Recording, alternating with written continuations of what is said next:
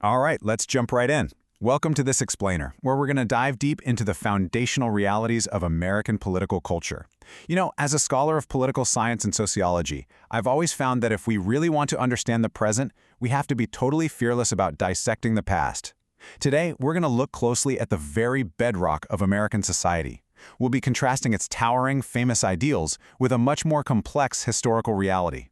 As you'll see, deeply embedded social structures were deliberately designed centuries ago, and those exact same blueprints, they are still impacting lives right now. Here is our roadmap for today. We're going to cover 4 main areas. First up, the American contradiction. Second, the myth of the empty land. Third, the invention of racism.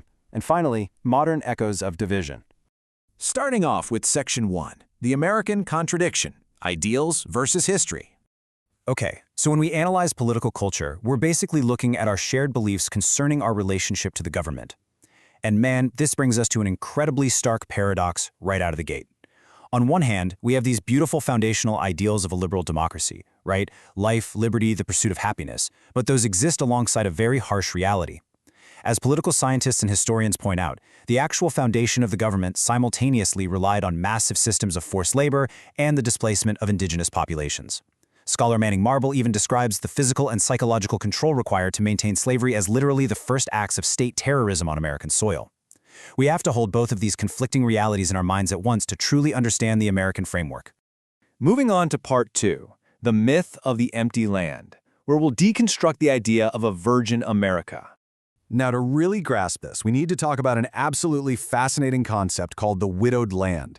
This term was coined by scholar Francis Jennings. He argued that the Americas were absolutely not some untouched virgin territory just waiting to be discovered. Not at all. It was a land already bursting with complex, highly functioning societies. It only became a quote-unquote widowed land because its original cultures and peoples were absolutely decimated by colonization. This happened largely through introduced diseases, which they had zero immunity to, combined with warfare and forced labor. To really put this into perspective, we need to look at the sheer magnitude of this demographic collapse. Just consider this one historical data point from our sources. In less than a single century, the population of what we now call Central Mexico shrank from approximately 25 million people down to under 2 million. 25 million to 2 million. It is a staggering, almost incomprehensible loss of human life, and it's exactly what facilitated the rapid expansion of European colonies.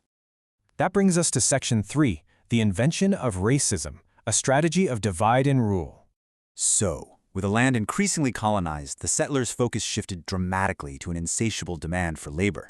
You see, the earliest English settlements in America, like Jamestown, were not initially founded on these grand democratic ideals we often hear about. They were basically corporate startups. They were operated by joint stock companies like the Virginia Land Company, explicitly designed to generate maximum profit through cash crops like tobacco and cotton. And hey, to generate massive agricultural profits, what do you need? You need a massive, cheap labor force. Because of this demand, the early colonial labor force was incredibly diverse, but heavily exploited. It was made up of poor Europeans signing indentures for 7 to 12 years just to survive. It even included a massive kidnapping industry where so-called spirits would snatch destitute kids and adults right off the streets of England to sell them across the Atlantic. Add to that enslaved Africans brought over as early as 1619 and indigenous people forced into labor. It's absolutely crucial to understand this early class structure. It was like a very steep pyramid. At the very top, you had the 5% who owned the land, the property, and the entire government structure.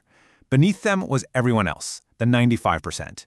This was a totally united underclass of diverse backgrounds who lived together, worked together, and suffered together. And because they were all stuck in the same miserable conditions, guess what happened? They started to unite across racial lines and organize rebellions against that elite upper class. Now here is a real game changer when you understand it.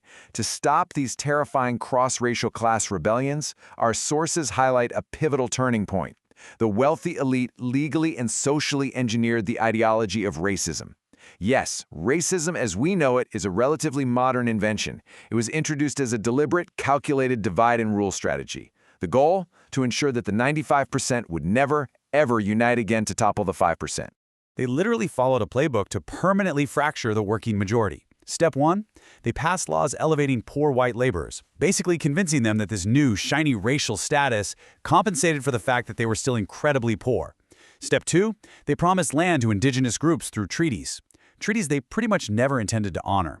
And step 3, they subjected Africans to permanent, inherited slavery based entirely on the color of their skin.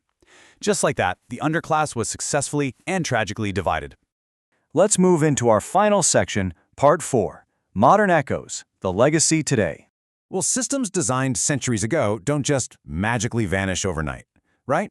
So we have to ask the big question. How does this colonial legacy of engineered racial division actually shape our modern reality? Let's dive into some first-hand evidence to see how this centuries-old system of division and exclusion continues to function in everyday life today. A super powerful modern example comes from a man named James A. White Sr. Decades ago, he was an 18-year-old serving in the United States Air Force, assigned to Mountain Home Air Force Base out in Idaho. Now, despite literally wearing the uniform of his country, when he went to rent an apartment for his wife and newborn baby, property managers blatantly refused him. One manager actually told him on the phone she had 5 open apartments, but when he showed up at the door, she saw he was African American and suddenly claimed her husband had rented all 5 of them in the last hour. Another manager flat out told him that if he rented to a Negro family, all his white tenants would move out. And this engineered exclusion wasn't just limited to housing. White describes this cross-country drive with his family where they stopped at a motel that had a bright, flashing vacancy sign out front. As soon as he walked into the lobby, the clerk told him they were totally full and then literally reached over and switched the sign off. But here's the kicker. The exact moment White walked back out to his car to break the bad news to his family, the manager immediately switched the vacancy sign back on. This step-by-step reality just shows the exhausting, persistent nature of systemic exclusion. But you know, this engineered exclusion extends way beyond housing into actual physical danger today. That historical demand for physical control of marginalized groups we talked about earlier, it echoes violently into the present. James A. White Sr. recounts these harrowing, specific instructions he has to give his college-educated, law-abiding grandsons just to survive a routine traffic stop. Hands at 12 o'clock, move slowly, do not push back, do not ask questions. The consequences of challenging authority, as he notes, are just fundamentally not the same for them as they are for their white peers. We see this echoed again in a striking anecdote shared by scholar Megan Ming Francis. She describes a friend named Kenny, who was just sitting on his own stoop, minding his business, talking to a friend. Suddenly, police officers rushed him. They violently threw him to the ground, handcuffed him, shoved him against a wall, and repeatedly screamed in his face, "What drugs do you have?" It just goes to prove how pervasive and aggressive this kind of systemic policing remains, treating citizens as subjects meant to be controlled. So what do we do with all this? The crucial takeaway James A. White Sr. leaves us with is a powerful call to action. To break a system that was engineered, he argues, we have to elevate our collective intellect. He urges people to unite across absolutely all backgrounds, Black, white, Asian, Hispanic, to reject these historical divisions once and for all, and to challenge any system that makes it somehow acceptable to treat human beings this way. And that brings us to the end of our explainer. I want to leave you with one final provocative thought to chew on long after this is over.